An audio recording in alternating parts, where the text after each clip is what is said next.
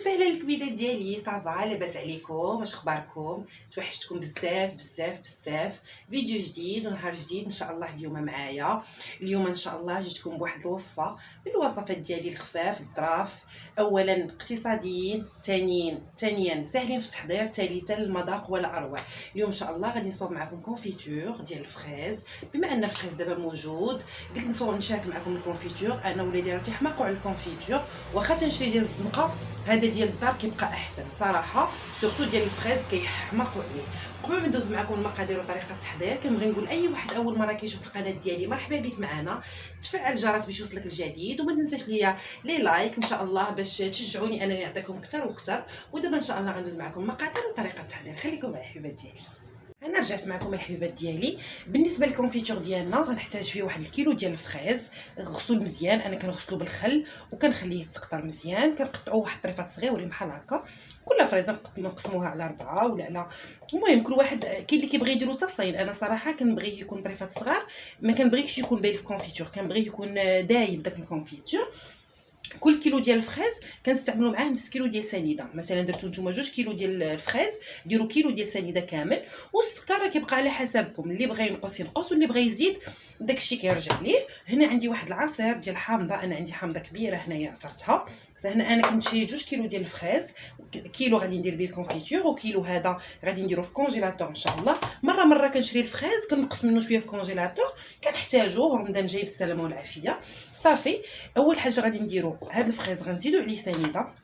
هذيك سنيده اللي درنا كامله نزيدوها عليه وغادي نحركو مزيان كيتجانس لينا هذاك الفريز مع سنيده.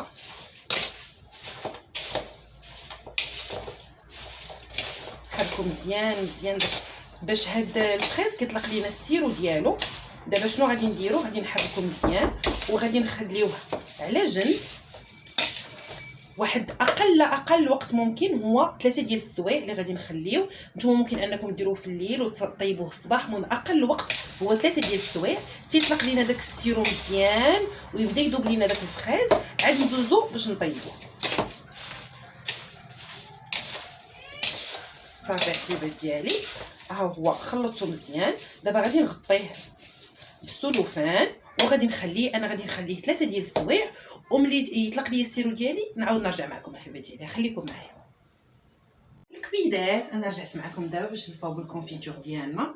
ها نتوما بعد ما خليتو 3 ديال السوايع شوفوا كي ولا طلق لي داك السيرو ديالو. داب السكر حركوه مره حركوه باش داك السكر اللي كيلصق لتحت يذوب. ها نتوما الكبيدات ديالي ها هو طلق البنه ديالو. غادي ناخذو انا بعدا في هذه المرحله كنزيد الحامض. كاين اللي كيزيد الحامض من الاول، كاين اللي كيخليه حتى يطيب عاد يزيد الحامض. المهم كل واحد وشنو كيبغي يدير. انا ملي كيذوب ليا كنزيد عليه الحامض ديالي. هنا كما قلت لكم حامضه كبيره معصره. صافي غادي نخلط الخليط ديالي مزيان.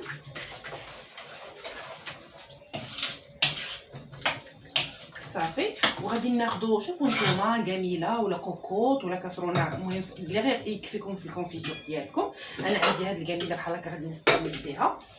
غادي نخوي الخليط ديالي اللي داب. راه كيبقى شويه السكر لتحت، حاولوا حتى هو تخويوه. ها نتوما راه كيطلق الماء البنات قد ما خليتو قد ما كيطلق الماء. صافي دابا غادي نشعل عليه البوطه البنات ما تكون لا مجهده ولا قليله، تكون بين وبين. حيت الا كانت مجهده غادي يتحرق لكم مع فيه السكر، والا كانت قليله بالنسبه للبنات اللي اول مره غيديروه من الاحسن تكون البوطه قليله باش ما يتحرقش لكم. ومره تراقبوه. انا غادي ندير نار متوسطه على هذا الشكل كما كتشوفوا، وغادي ندير الجميله ديالي تغلى. ملي غتغلى غنزيد عليها واحد المعلقه ديال الزبده. معلقه ديال الزبده علاش كتصلاح؟ لان الكونفيتور ملي كيغلى كطلع لينا واحد الكشكوشه فيه. هذيك الكشكوشه الا بقات مع الوقت كتخسر لينا الكونفيتور ديالنا. ديك المعلقه ديال الزبده كتساعد ديك الكشكوشه باش انها تجمع كامله في الوسط وكتحيد ديك الكشكوشه. المهم غادي نديرو يغلى، وملي غادي يغلى غادي نعاود نرجع معكم الحبات ديالي.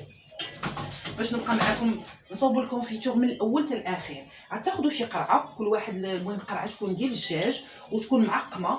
كيفاش كنعقموها؟ كما كنعقموا الرضاضع، كما كنعقموا لي بيبغون بحال داك الشكل. كنديروا واحد الكاسرونه كتكون القرعه ديالنا مغسوله، وكنديروها كنديروا معها واحد النقيطه ديال الخل ديال الحامض ولا الخل العادي ماشي مشكل، وكنديروا فيه القرعه ديالنا هي والغلاقه حتى كيتعقموا لينا مزيان. عفوا سبوا ليا. حتى كيتعقموا لينا مزيان كنشدوها كنخليوها تسقطر، كنمسحوها مزيان من الداخل ومن برا، وكنتاكدوا انها ناشفه باش نديروا فيها الكونفيتور ديالنا. المهم انا غادي نتبع معكم المراحل وحده بوحده. ها هو الكونفيتور ديالي درتو يغلى، وملي يغلى نعاود نرجع معكم. يلا خليكم معايا الحبات ديالي. ها نتوما الكبيدات هنا من بعد ما غلات ليا الكميله ديالي اللي فيها الكونفيتور وداب داك السكر. هنا غنزيد واحد المعلقه ديال الزبده، بحال هكا معلقه صغيره ديال الزبده غادي نزيدها معاه، وغادي نحرك الخليط ديالي مزيان صافي، وغادي نقص عليه البوطه وغنخليه يطيب مزيان حتى تجمع ليا هذيك الكشكوشه اللي بغيت. ماشي هاد الكشكوشه الاخرى اللي غنوريكم الشكل ديالها كي تيكون. المهم بحال هكا من بعد ما زدت عليه الزبده ها هو غيبقى يطيب. ملي غتجمع ليا ديك الكشكوشه نعاود نرجع معكم. يلا خليكم معايا البنات. هنا الكبيدات ديالي ها هي ديك الكشكوشه بدات كتجمع. شفتوا راه كتبقى مجمعه مع ديك الزبيده، كتجمع غير بشي بلايص. ها نتوما بحال هذا الشكل نحيدوها بشي معلقه ولا شي حاجه، المهم عندكم تحرقوا. ها نتوما البنات ناخذوا غير الكشكوشه نحيدوها حتى الا بقات غادي تخسر لينا الكونفيتور. اكثريه البنات اللي كيديروا كميه كثيره، انا قلت البنات نجرب معكم غير كميه صغيره كيلو، وانتوما ممكن انكم تستعملوا الكميه اللي بغيتوا. سمحوا لي مع البخار ما كيبانش، ولكن ها نتوما الكشكوشه ضروري تحيدها البنات حيت كتساعد باش الكونفيتور ديالنا يبقى على مده طويله. راه كيقدر يبقى حتى العام. يعني ملي يكون الفريز موجود حاولوا انكم تاخذوه ديروا كونفيتور بحال هكا وتخليوه في قراعي معقمين. ها نتوما البنات بحال هذا الشكل، وانا غنخليه تقريبا واحد 45 دقيقه، وعاد نوريكم كيفاش كنعرفوا واش طاب ولا ما طابش على هذا الشكل. الكبيدات ديالي كما قلت لكم البنات بالنسبه للكونفيتور ملي ديروه في قراعي بحال هكا حاولوا ما يكونوش القراعي كبار، يكونوا صغار. كندوي على البنات اللي غيديروا كميه كثيره ديال الكونفيتور. وما الا كنتي غديري على قرعه ديك الساعه غتستهلكي هذيك الساعه. البنات اللي غيديروا كونفيتور كثير حاولوا ديروا قريعات صغار وتكونوا قراعي معقمين ومقلوبين تحت البوطاجي ولا شي بلاكار ولا شي حاجه. واي قرعه جبدتوها حليتوها باش تستعملوها ردوها للثلاجه حتى تسالي ديك القرعه، ونجبد قرعه اخرى عاوتاني نحلها ونديرها في الثلاجه. المهم تبقى في الثلاجه. اما الا كانت القرعه معقمه ومسدوده غير خليوها هذيك في شي بلاكار ولا شي حاجه تتبغيو تستعملوا. هاد الكونفيتور البنات وهاد الطريقه اللي عطيتكم راها ناجحه 100%، ساهله. والكونفيتور الفريز تبارك الله دابا موجود، علاش ما نستغلوش ونديروا كونفيتور بحال هكا لوليداتنا. انا راه عندي في الثلاجه داك اللي شاريه، ولكن الا بان لي الفريز كنتفكر وليداتي وكندير لهم كونفيتور صافي. المهم البنات انا متبعه الكشكوشه هي كتنوض وانا كنحيد فيها تيبقى ليا غير السيرو والفريز، وديك الساعه نعاود نرجع معكم. يلا حبيباتي بات واحد القضيه نسيت ما قلتهاش لكم. بالنسبه للكونفيتور ما تغطيوش عليه لانه تيفيض. الا غطيتي عليه غادي يفيض وغادي يضيعي فيه وغيدي عليك فوق البوطه، والمهم غادي يكرفسك. خليه عريان غير تغلى الكميله وعريها وخليه يطيب على خاطرو. نقص عليه البوطه وخليه يطيب على خاطرو. راه عنده تقريبا ساعه الا ربع كيكون واجد. وكما قلت لكم انا كنجربو بتفصيل، يعني ملي كنديرو في تفصيل بحال هكا تفصيل خاوي، وكنشوف الا كان القوام ديالو باقي جاري كنعرفوا ديك الساعه راه مازال ما طابش. وإلا درتو في التبصيل وما بوجاش بقى ثقيل في الهبطه ديك الساعه راه وجد الكونفيتور ديالنا. يعني هاد لي زاستيس اللي كنعطيكم البنات راهم زوينين. ما تغطيش الطنجره، وجربوا بهاد القضيه التبصيل اللي قلت لكم، وان شاء الله غادي يصدق لكم الكونفيتور كما كتبغيو. هادشي اللي كاين الحبيبات ديالي الكبيدات. انا رجعت لكم بعد ما طاب لي الكونفيتور. شوفوا كي كيولي ثقيل واللون ديالو غزال مع هذيك الزبيده. ها نتوما البنات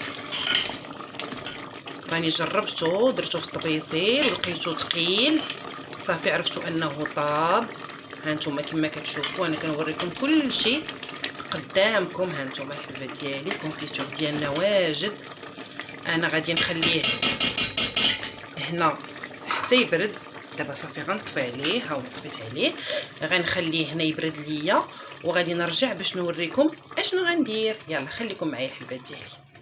الحبيبات ديالي انا رجعت معاكم كما شفتوا. بعدا طاب ليا الكونفيتور ديالي وخليته دفى واحد شويه، هانتوما كما كتشوفوا القوام ديالو. بالنسبه ليا لا انا ولا راجلي ولا وليداتي ما كنبغيوش الكونفيتور صراحه اللي فيه الطراف. كنبغيو الكونفيتور يكون جاري ندهنوه في خبيز، ما يكونش فيه دوك الطريفات، ما تعجبوناش صراحه.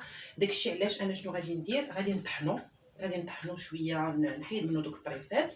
نتوما بغيتو تخليوه فيه طريفات ماشي مشكل. انا غنطحنو في هذا الميكسور بلونجون هذا عندي كيجيني ساهل. نتوما ممكن انكم تطحنوا غير في مولينكس غير شويه بحال هكا. بالنسبه للناس اللي بغاوه جاري، انا كنبغيه جاري صراحه. داكشي علاش غادي نطحنو غير شويه ماشي بزاف. خليوه تيدفى البنات وعاد طحنو.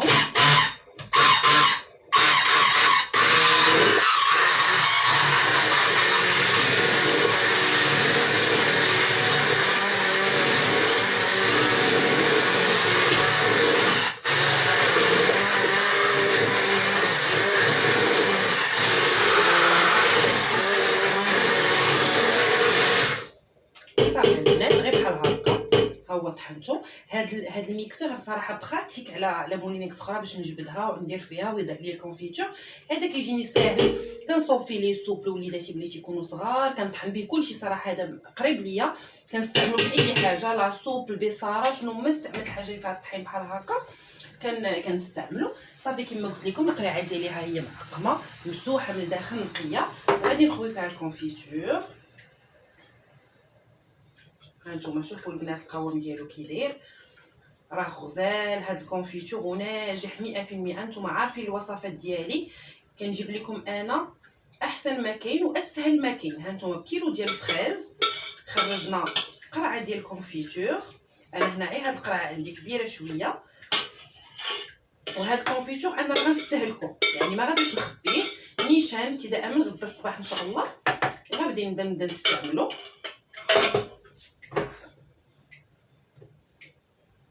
هانتوما الحبيبات ديالي ها الكونفيتور، ها هو البنات. شوف ماشي زوينه؟ كيلو ديال الفريز 10 دراهم ولا 240 يخرج لك قرعه ديال الكونفيتور بحال هكا. ما زويناش؟ غير جربوها البنات ما غاديش تندموا. طريقه سهله. صافي انا نخلي هاد القرعه تتبرد مزيان، وملي غنسالي غنديرها في الثلاجه، وغدا الصباح ان شاء الله غادي نبدا نستعملوها. غير تبعوا المراحل. وديك المعلقه الزبده راه كتعطيه واحد اللون غزال. ها نتوما شفتوها البنات راه غزال، غير جربوه. صافي البنات كانت هذه هي نهايه ديال الفيديو. كنتمنى يكون نال اعجابكم، ونتلاقاو ان شاء الله فيديو جديد. باي باي.